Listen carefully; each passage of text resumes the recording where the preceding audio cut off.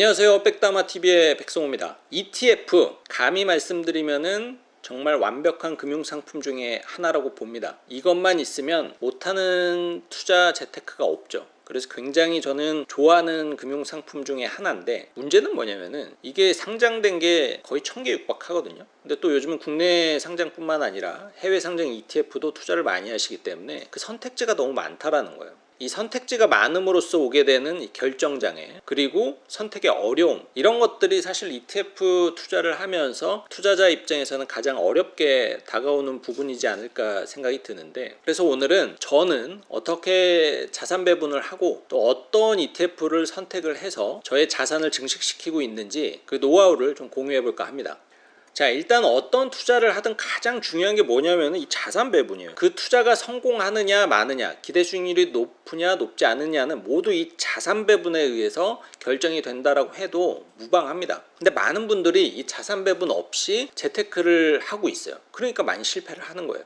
자, 자산 배분을 어떻게 해야 되느냐? 심플합니다. 단기, 중기, 장기로 나누는데, 단기 자금은 유동성이 가장 중요합니다. 왜냐? 단기 자금은 내가 언제 어떻게 이 돈을 써야 될지 예측이 어렵거나 혹은 꼭 단기로 써야 될 게 이미 정해진 자금들이죠. 뭐 예를 들어서 내가 내년에 차 산 돈을 모으기 위해서 주식 투자를 한다? 이건 바보 같은 짓입니다. 왜냐? 내년에 내가 차를 사야 되는 그 타이밍에 내 주식의 평가가 플러스일지 마이너스일지 그거 어떻게 예상해요? 예상할 수 없잖아요. 그래서 단기 자금은 유동성과 안정성에 포커스를 맞추는 게 최우선순위고, 굳이 단기 자금에 투자 자산의 비중을 넣으실 필요는 없어요. 그래서 단기 자금으로 써야 되는 이 돈을 가지고 ETF 투자를 한다라고 했을 때 사실상 대부분은 채권형 ETF를 선택을 할 수밖에 없는데, 채권형 ETF는 저는 크게 이 존속만기와 국내 채권형, 해외 채권으로 나누거든요. 존속만기는 만기가 이미 정해져 있는 채권형 ETF라서 투자와 동시에 기대 수익률을 딱 예상을 할 수가 있어요. 내가 이거 1000만원 투자하면은 3년 뒤, 1년 뒤 얼마를 받을 수 있는지 대략적으로 알죠. 그러니까 얘는 사실 예금이랑 비슷한 거예요. 근데 내가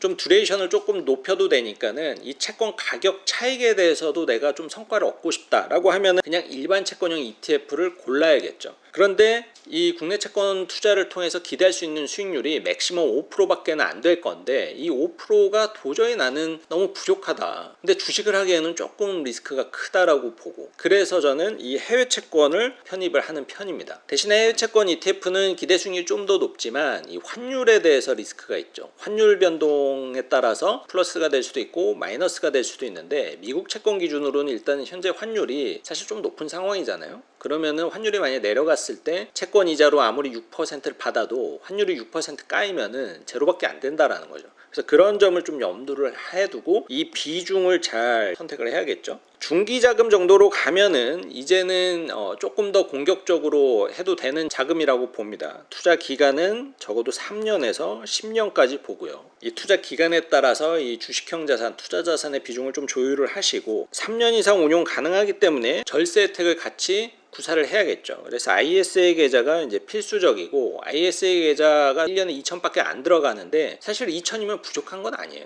근데 이 한도를 훌쩍 넘게 나는 투자를 할 예정이다, 혹은 그렇게 하고 있다라고 하면은 어쩔 수 없이 이제 일반 계좌를 같이 사용을 해야 됩니다. 중기 자산에 편입을 할 수 있는 ETF들은 일단은 인덱스 ETF, 그리고 해외 자산에 이제 투자하는 ETF를 저는 선호를 해요. 인덱스 ETF라는 건 뭐냐면 대표적으로 S&P 500, 나스닥 100 이런 것들을 이제 의미를 하고요. 그리고 이제 배당을 받으면은 투자가 좀 다채로워지죠. 배당 수익도 받을 수가 있어서 그 받은 걸 가지고 또 재투자를 함으로써 재테크의 전략을 다양화할 수가 있고, 또 배당주는 어쨌든 주식 투자를 하면서 안정성을, 그러니까 이 배당주라는 건 좀 변동성이 좀 낮잖아요. 그러니까 이 전체 포트폴리오의 안정성을 높이는 그런 역할을 하기도 합니다. 그래서 배당주 ETF도 일정 부분 편입을 시키면은 나쁘지 않고요. 이 중기 포트폴리오에서 공격수의 역할을 하는 게 섹터 ETF입니다. 섹터 ETF도 크게 해외랑 국내로 나누는데, 저는 대부분 이 해외에 대한 비중을 많이 선호를 하고 있어요. 국내 섹터 ETF는 사실 딱 한 가지만 투자를 하고 있습니다. 섹터 ETF의 대표적으로는 2차전지, 로봇, 메타버스 이런 것들, 뭔가 테마가 형성이 되어 있는 섹터, 이런 곳에 투자를 하는 것을 섹터 ETF라고 이해를 하시면 되고요. 중기자산이라고 해서 모든 자산을 주식형에 편입을 할 수는 없습니다. 왜냐면은 중기자금의 투자 기간이 짧으면 3년 정도밖에 안 되기 때문에 모든 자산을 주식에 편입을 해두는 것은 조금 부담이 크죠. 그래서 이 해외 채권 ETF와 그리고 이 리츠를 통해서 리스크 관리를 하고 있고요. 그리고 ISA 계좌를 초과해서 내가 돈을 좀 굴려야 된다라고 하면은 저는 해외에 상장되어 있는 ETF, 정확히는 미국에 상장되어 있는 ETF에도 투자를 하고 있습니다. 미국에 상장되어 있는 ETF를 잘 활용을 하면 좋은 게 이게 어쨌든 1년에 250만 원까지는 이 기본 공제가 돼요. 그러니까 세금이 없어요. 그리고 해외 주식이기 때문에 이제 손익통상도 적용을 받을 수가 있고, 혹은 이게 이제 초과가 된다라고 하더라도 세율은 조금 높아지지만 분리과세가 되기 때문에 이 금융소득 종합과세에 합산되지 않는다라는 장점도 있죠. 그래서 ISA 계좌 한도를 초과해서 내가 좀 해외 ETF를 투자를 하고 싶다라고 하면은 해외 직접 투자를 하시는 것도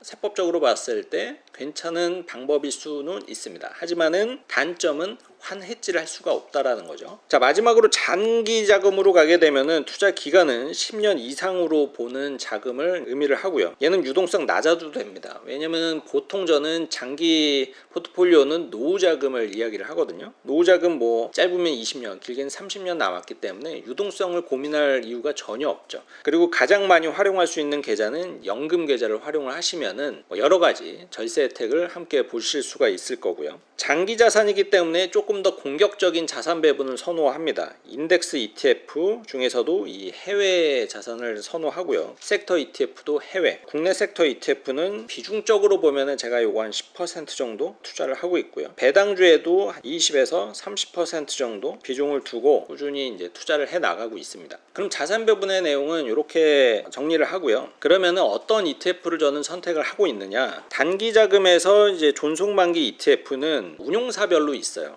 저는 개인적으로는 이제 만기가 좀 짧은 거를 선호를 합니다. 지금이 24년 5월이니까 이 존속만기 기간이 뭐 1년에서 2년 사이에 있는 존속만기 채권형 ETF를 선호를 한다라는 점. 대신에 만기가 짧고 국채 위주로 돼 있거나 하면은 기대할 수 있는 수익률 자체가 높지는 않아요. 그래서 사실 여기서 뭔가 기대 수익률을 바라고 투자를 하는 거는 아니고 그냥 보관이죠, 보관.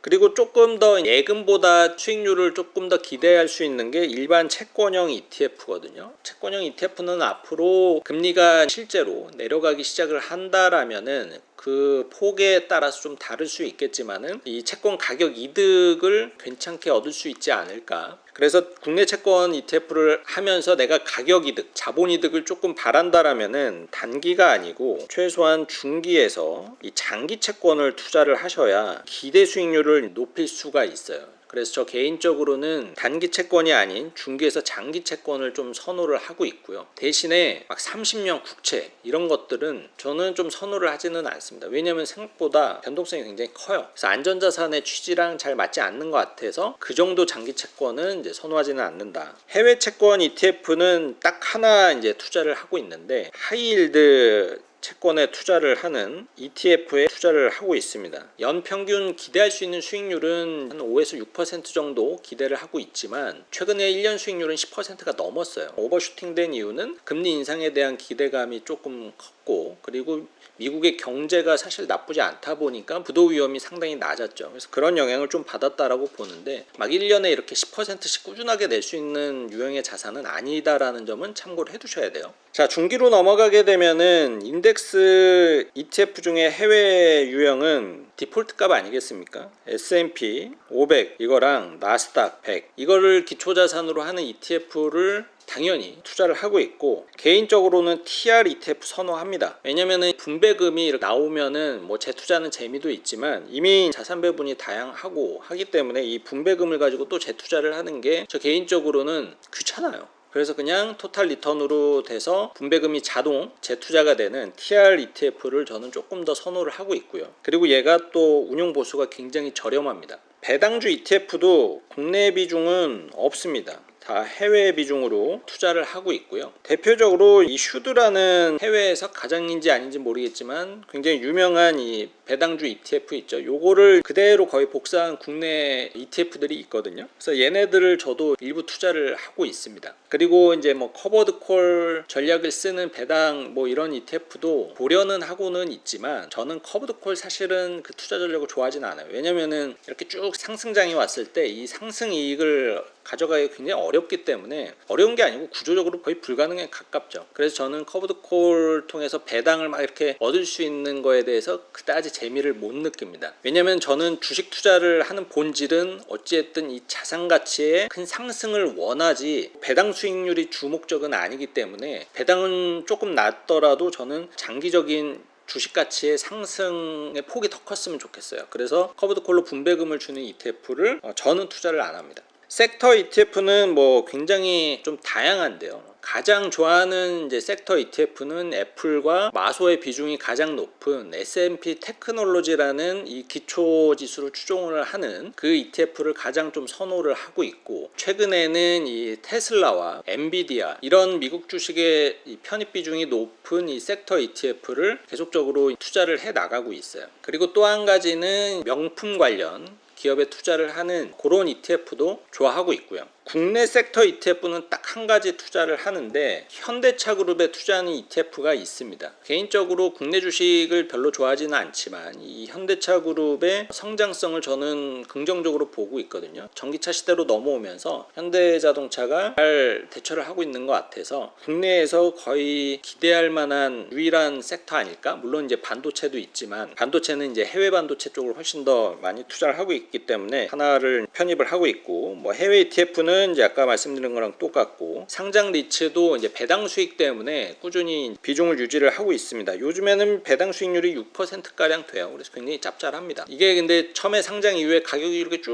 올랐다가 이제 금리 이슈에 얻어맞으면서 가격대가 3,000원대까지 갔었어요. 하지만 저는 뭐 계속 이 비중을 때 늘렸기 때문에 자산 가치로 딱 봤을 때 수익률은 제로예요. 하지만 배당 수익을 계속 받았기 때문에 어쨌든 수익은 플러스로 이제 나고 있다라는 점. 해외 ETF는 사실 많은 비중으로 투자를 하지 않습니다. 왜냐면은 저는 해외 ETF를 할 바에는 그냥 해외 주식을 사는 입장이기 때문에 해외 ETF라고 해봤자 QQQ 정도, 그 정도만 거의 이제 가져가고 있고요. 왜냐면은 다른 것들은 국내 ETF로도 충분히 대처가 가능하고, 내가 조금 더 공격적인 수익을 얻고자 하면은 그냥 미국 주식을 다이렉트로 사는 거를 더 선호를 하기 때문에 해외 상장된 ETF를 투자를 많이 하고 있지는 않아요. 장기 자산은 요 비중이 조금 더 늘어나면서 같은 종목 구성으로 온다라고 이해를 하시면 될 것 같고, 여기에서는 채권과 리츠 이런 것들은 다 빠지게 되겠죠. 오로지 공격 앞으로 돌격밖에 안 합니다. 장기 자금은.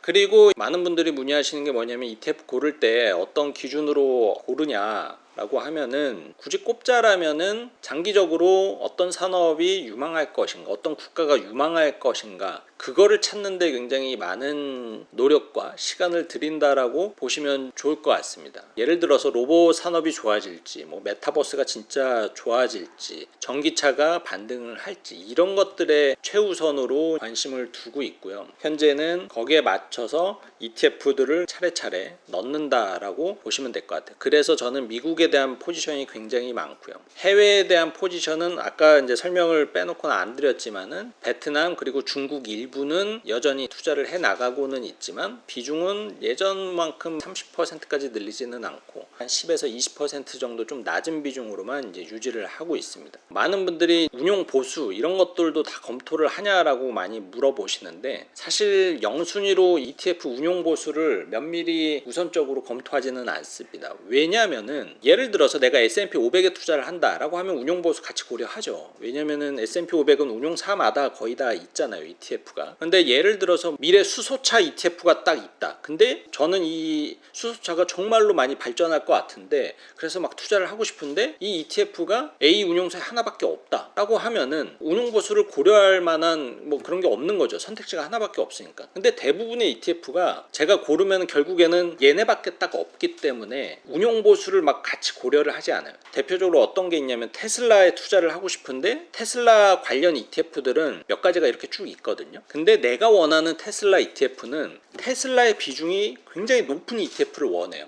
근데 A 운용 사건은 테슬라라는 기업을 중심으로 둬서 여러 가지 기업에 분산 투자하는 ETF가 있고, 또 어떤 거는 그냥 전기차 섹터로 봐서 테슬라도 있고 뭐 중국의 비아디도 있고 이런 이제 전기차 ETF도 있을 거고. 근데 내가 딱 원하는 ETF는 정말 테슬라 비중이 뭐 50% 60%짜리가 있는데 얘네밖에 없다. 그러면은 이러한 경우에도 당연히 운용 보수를 고민할 수가 없는 거죠. 얘네밖에 없으니까 그냥 얘 사야 되는 거예요. 그래서 정말 대표적인 지수 코스피 200, S&P 500, 나스닥 100 이런 것들을 제외하고는 운용 보수를 고려하지는 않는다라는 표현보다는 할 수가 없다라는 표현이 좀 더 정확할 것 같습니다. 자, 오늘은 제가 어떻게 ETF 투자를 하면서 어떤 식으로 자산 배분을 하고 또 어떤 ETF를 골라서 계속 운용을 하고 있는지 좀 말씀을 드렸는데, 중요한 거는 이런 것들이 계속 수시로 사실 바뀝니다. 그렇다고 1년에 뭐 4번 5번 바뀌지는 않지만, 이러다가 제가 갑자기 생각이 바뀌어서 테슬라 비중 줄일 수도 있고 뭐 엔비디아 비중을 확 늘릴 수도 있는 거고, 뭐 그렇기 때문에 자산 배분을 어떻게 하는지 이런 정도만 좀 참고를 하셨으면 좋겠고요. 오늘 내용도 도움 되셨기를 바랍니다.